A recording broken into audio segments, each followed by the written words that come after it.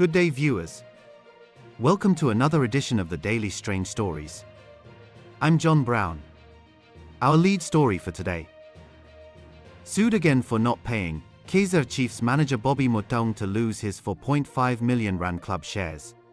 In the bustling heart of South Africa, where soccer is more than a game, it's a religion, a financial drama is unfolding that threatens to shake the very foundations of one of the nation's most beloved clubs, Kaizer Chiefs. At the center of this storm is Bobby Motaung, the team manager, a man known for his flamboyant lifestyle and now, allegedly, for his mounting debts. The story begins with a Joburg-based company, Pent Up Investment CC, taking legal action to sequestrate Bobby Motaung's estate. This isn't just a simple debt, it's a long-standing saga involving millions of rands and a commercial property deal gone wrong. Adding fuel to the fire, Pent Up Investment is also moving to attach Motaung's shares in Kaizer Chiefs for a second time, a move that could have significant implications for the club's ownership structure. The seeds of this financial predicament were sown years ago, back when Christopher Karemitis, representing Pent Up Investment, and Bobby Motaung, acting for Lakeshore Trading 224, agreed on the sale of a commercial property in Monda, a suburb in southern Joburg. The property, strategically located near Gold Reef City, included a commercial building and a petrol station, a potentially lucrative investment. The agreed price was R9 million, a substantial sum that Motaung's company, Lakeshore Trading 224, was expected to pay. However, the deal soured when Lakeshore Trading 224 allegedly failed to make the full payment. This led Pent Up Investment to initiate legal proceedings, culminating in a court judgment in November 2009, ordering Motaung to pay over R9 million, plus interest and legal costs. This marked the beginning of a protracted battle, characterized by meetings, negotiations, and a series of payments that never quite managed to settle the debt. Over the next 14 years, numerous attempts were made to resolve the issue. Kostas Karemitis, the boss at Pent Up Investment, recounts meeting with Motaung and his attorney, Nazi Saley, in an effort to find a solution. Motaung made several payments, seemingly committed to reducing the debt.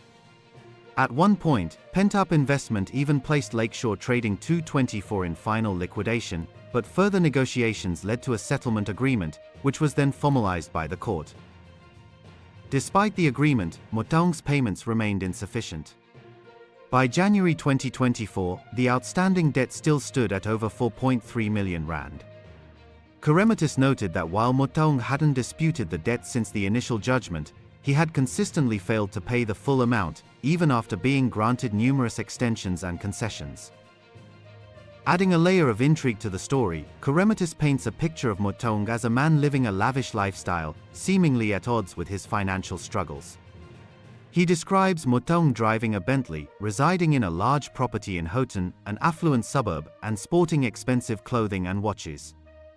This image of a successful businessman, holding a prominent position at Kaizer Chiefs, contrasts sharply with the reality of his unpaid debt.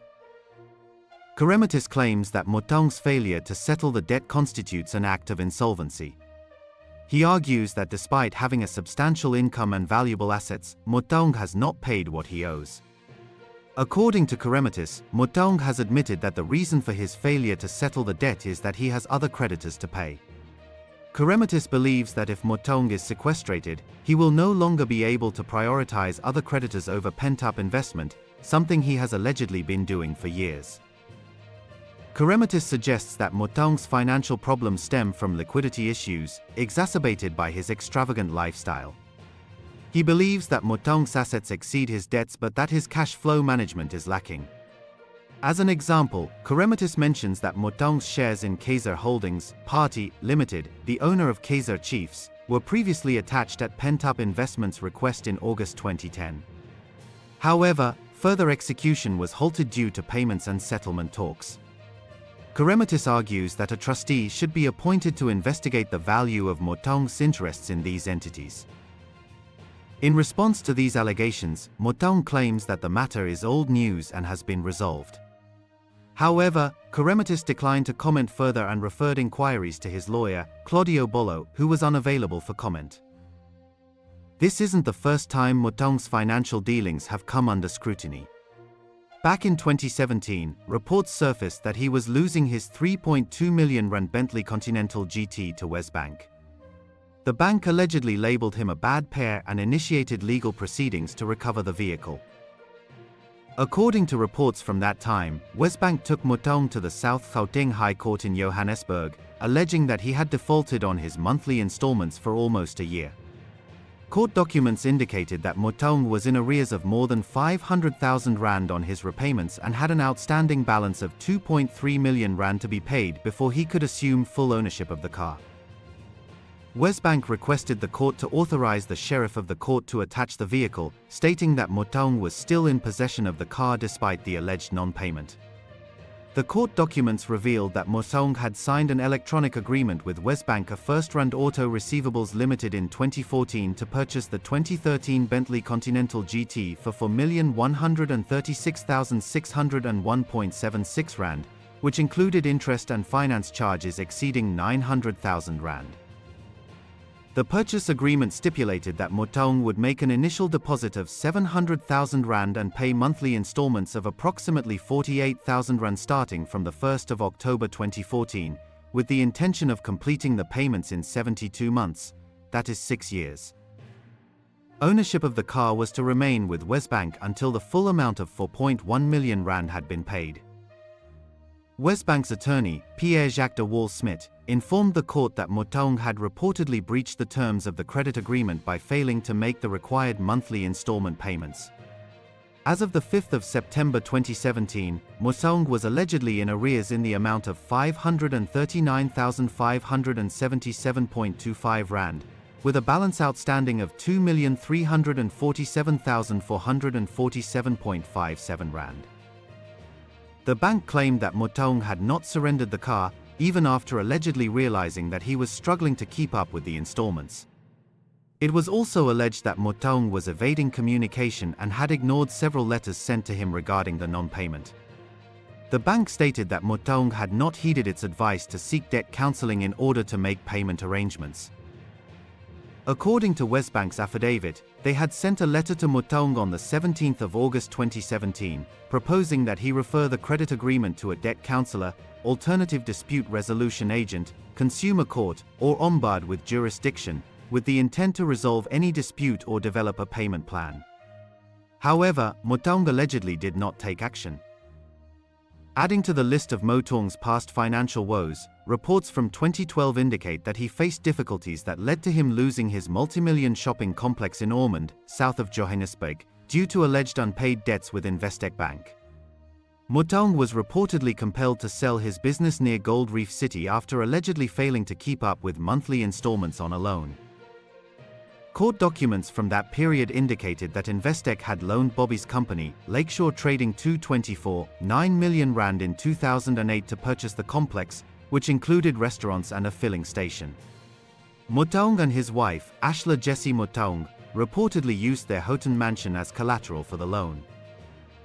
He was supposedly required to pay monthly installments of 97,700 rand for 59 months, along with a final installment of just over 4 million rand. However, according to the court documents, Motaung allegedly began defaulting in 2009 after paying over 5 million rand of the loan. Investec then reportedly applied for judgment against him at the South Gauteng High Court and sought an order to wind up his company. Motaung allegedly managed to resolve the situation by selling the complex and repaying the loan. Investec lawyer Barry Faber confirmed that Motaung had repaid the loan. Faber stated that due to attorney-client confidentiality, he was unable to discuss the details of the case in the media, but confirmed that Motaung had paid his loan, and the matter was closed. Before the loan was paid off, the bank was reportedly demanding over 4 million rand plus interest from Motaung. A recoveries manager of Investec Bank Limited certified that Lakeshore Trading 224 was indebted to Investec for 4,159,950.28 rand as of the 23rd of April 2014, in respect of a loan agreement concluded under contract number 241800001, together with costs and interest calculated at a rate of 11.25%. These past incidents paint a picture of a man who has repeatedly faced financial challenges, often involving large sums of money and legal battles with financial institutions. As the legal proceedings with Pent Up Investment continue, the future of Bobby Motaung's shares in Kaizer Chiefs hangs in the balance. The outcome of this case could have significant implications for the club, its ownership structure, and the legacy of one of South Africa's most prominent soccer figures. Thank you for watching this news video. We'd love to hear what you think about this story, so please leave your comments below. We read them all and appreciate your insights. Join us again in our next strange story. Until then, goodbye.